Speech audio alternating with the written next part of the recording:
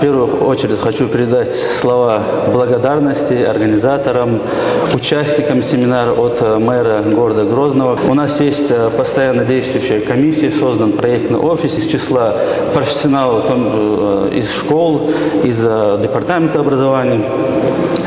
И мы в случае необходимости выезжаем в школу, подсказываем, что у них плохо, как нужно это исправить.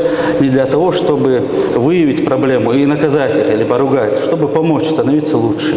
Наши педагоги очень активно участвуют на всероссийских конкурсах. У нас, начиная с 2020 года, подряд 4 года, город представляет республику на самом престижном конкурсе в сфере общего образования «Учитель года России». В 2022-2023 годах наши педагоги вошли в пятерку лучших и стали призерами этого конкурса. Кроме того, активно участвуют школьные команды. 2 школы в прошлом году стали победителями всероссийского конкурса «Флагман образования школа». До этого этот конкурс, вы знаете, назывался «Учитель будущего». Тоже 2 наши команды стали победителями.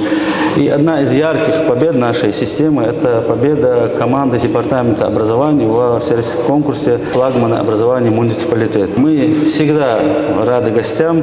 Как говорили наши предки, куда ни приходит гость, туда не приходит благодать. Поэтому мы вам рады, мы готовы делиться своим опытом, и нам всегда интересно, какими идеями живут наши коллеги из других регионов.